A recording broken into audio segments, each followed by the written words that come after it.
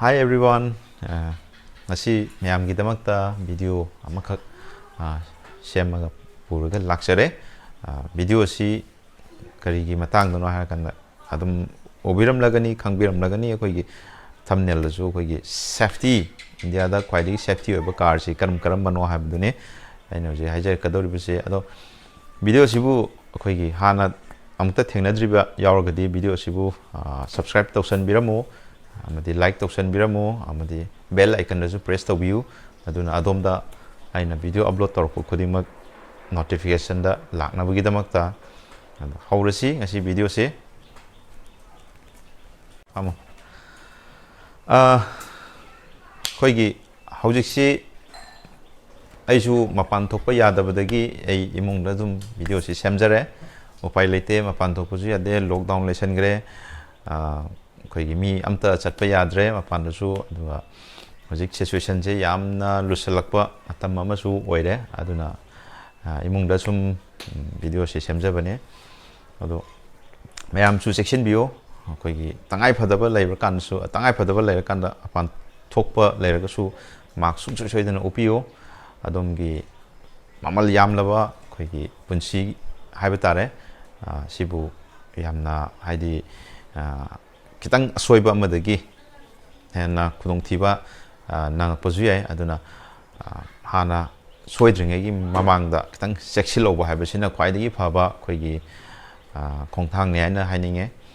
mayam nazu hena khangaba wafam ngatani ado video si haurasi ado masi site amada thamkrasi mayam section na laisi ai video se kainone khoigi miyoiba moina sigi kaino sida malem sida hingabanina miyoiba habasi apenba leite dum mathang ahenba loinamak pamba ngatani kai mi amagi punsida mayamna average common amoina pamnarisi karino har kanda aigi yum phajaba ma saba ngamba adagi gari phajaba ma tongba ngamba asi mi khuding maki apam mane haba tare ado masi phangnana bo hanabada makal makha mayam ngoloi thengnari ngaktani ado khoina sugumba phangnana bo hanabasida khoina ikhan khandadabida hadi thigattabida gari se aina ama hek leiru matamda gari sina kadai phawba khoibu safe tawi gedage sina khoibu kadai phawba yamna hadi khudong thibadagi accident dagi kanba ngamgadage habisi mipum khudi mangna hek kawbudong su hek tawe gari gi masak lomda masak phajaraga esi gari se phajare haina khallaga ta leibugumba hadi magi safety feature du sungeng yengdabida ado maruena ngasi video se safety gi matang dani ko aduna gari se karamba gari na hen safe oigi habaduni ado ngasi gi aina haijagadori se koigi gari ahum khaktane aina ngasi puraga mayamda buthok sarakadori gari se gari ahum maming oina harabada ahanbada koigi Indian company ngaktane Mahindra gi XUV 300 thadok hindong mayam na loi khangna ro hong atani mase koigi global NCAP test da out of 5 da 5 star rating phange aduga ani subadana in ani subasi jo koigi Mahindra company sorry Mahindra company na tego ani subajina hoi Tata gi Nexon haba koigi sub 4 meter gi SUV Nexon habduni ko madusu koigi global NCAP koigi crash test taw matamda out of 5 star da adum 5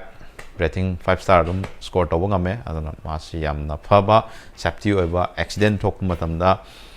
almost koigi safe hadi akoida yamna khudong sagdo safe oigado adum gari makhalamne